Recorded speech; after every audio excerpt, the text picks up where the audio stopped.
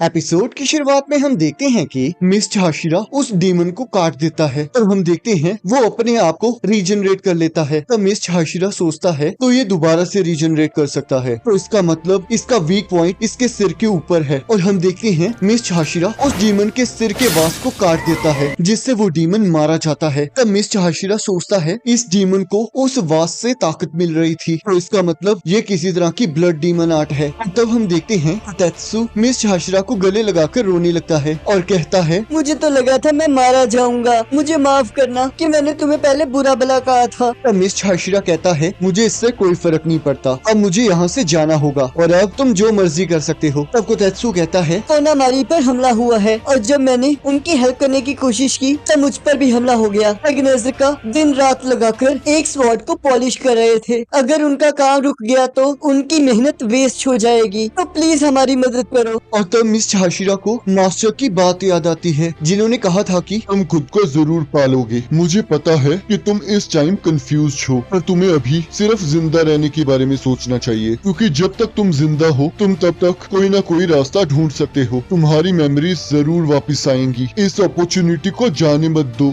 जब मुश्किल वक्त आएगा तब तुम्हारे दिमाग के अंदर की धुंध अपने आप हट जाएगी। तब मिस्टर हाशिरा कोतेत्सु को उठाकर भागने लगता है और सोचता है क्या मैंने सही डिसीजन लिया है। अगर मैंने ऐसा किया तब मैं पूरे विलेज को नहीं बचा पाऊंगा। नहीं, मैं ये कर सकता हूँ। मैं डीमन स्लेयर कॉर्प्स का मेंबर हूँ, मैं एक मिस्टर हाशिरा हूँ। और यहाँ हम देखते हैं जैसे ही उरोगी तांजीरो पर हमला करने लगता है, तांजीरो उसका सिर काट देता है और सोचता है ये क्या हो गया, अब ये दोबारा से रीजनरेट करके डबल हो जाएगा। तब वो दोनों डीमन तांजीरो पर हमला कर देते हैं। तब तांजीरो सोचता है तो ये बात है, ये अटैक तो पहले से कम पावरफुल है, इसका मतलब जब भी ये अलग होते हैं तब इनके पास काफी कम पावर होती है। मैंने इनके ऊपर अलग अलग इमोशंस के नाम देखे हैं जो कि 4 ह्यूमन इमोशंस हैं, जो कि है anger, Joy, pleasure and grief. और ये चारों बहुत ताकतवर हैं, पर अगर ये लोग और ज्यादा स्प्लिट होते हैं तब इनकी पावर कम हो जाती है। तब तांजीरो अपनी तलवार से उन दोनों को मार देता है और तब एक डीमन आकर तांजीरो पर हमला करने लगता है और तांजीरो उसे डॉज करके सोचता है मुझे कम से कम इनमें से एक को तो हराना ही होगा और जल्द से जल्द गैन्या और नेजुको के पास वापस जाना होगा। पर रुको, जिन डीमंस को मैंने तलवार मारी थी वो तो गायब हो चुके हैं, तो इसका मतलब ये और ज्यादा मल्टीप्लाई नहीं हो सकते। और तब उरोगी तांजीरो पर हमला कर देता है जिससे तांजीरो को चोट आ जाती है। तब वो डीमन कहता है तुम्हें मेरे पंजे कैसे लगे? इस स्पीड और शार्पनेस से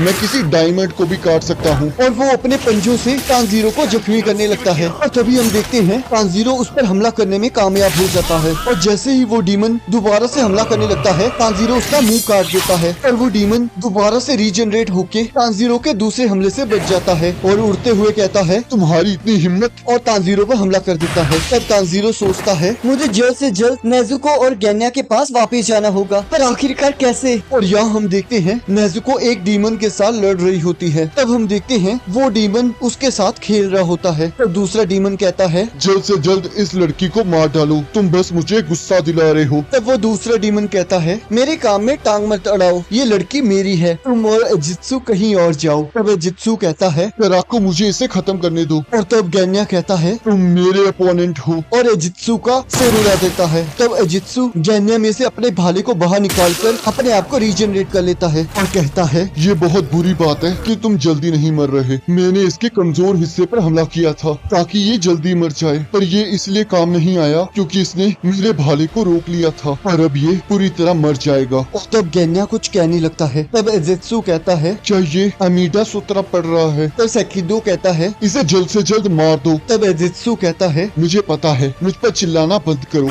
जैसे ही वो गैन्या पर हमला करता है गैन्या उसके हमले को डॉज करके उसके पीछे चला जाता है और कहता है मैं तुम्हारा तब तक सिर काटता रहूंगा जब तक तुम मर नहीं जाते। और तभी सेकिडो अपनी लाइटनिंग से उस पर हमला करता है और तब गैन्या सोचता है इसकी लाइटनिंग को डॉज करना नामुमकिन है और अपनी बंदूक से सेकिडो पर हमला करता है। तब सेकिडो सोचता है आखिरकार ये क्या है? एजित्सु के हमले से ये कैसे नहीं मरा? तब एजित्सु गैन्या पर हमला करता है। कारुगो कहता है क्या बात है, ये लड़का तो मुझे खेलने में ज्यादा अच्छा लग रहा है। और वो अपनी टांग को नेजुको के आर पार कर देता है और कहता है मैं जैसे ही इस लड़की के हाथ पैर अलग कर दूंगा सेकिडो तुम इस पर हमला कर देना ताकि ये यहाँ से हिल भी ना पाए। और तब जैसे ही कारुगो नेजुको के हाथ अलग करने लगता है नेजुको उसके एक जोरदार लात मारती है और अपनी ब्लड डीमन आर्ट से उसे जलाने लगती लगती है और उसका हाथ तोड़ देती है और उसी के वेपन से उसे दूर फेंक देती है। और जैसे ही नेजुको सेकिडो पर हमला करने लगती है, सेकिडो अपनी छड़ी को नेजुको की आर पार कर देता है और उसके ऊपर अपनी लाइटनिंग को यूज करने लगता है। और तब हम देखते हैं यहाँ तांजीरो उरोगी के साथ लड़ रहा होता है और सोचता है इसकी स्पीड तो बढ़ती ही जा रही है, मुझे जल्दी करनी होगी, मुझे किसी भी कीमत पर उनके पास जाना ही होगा। अब मैं क्या करूं? सर रुको, अगर मैं इसे हरा नहीं सकता तो शायद मैं, पर इससे तो सिचुएशन और भी खराब हो जाएगी। मुझे नहीं समझ आ रहा मुझे क्या करना चाहिए, पर लगता है मेरे पास कोई और चारा नहीं है।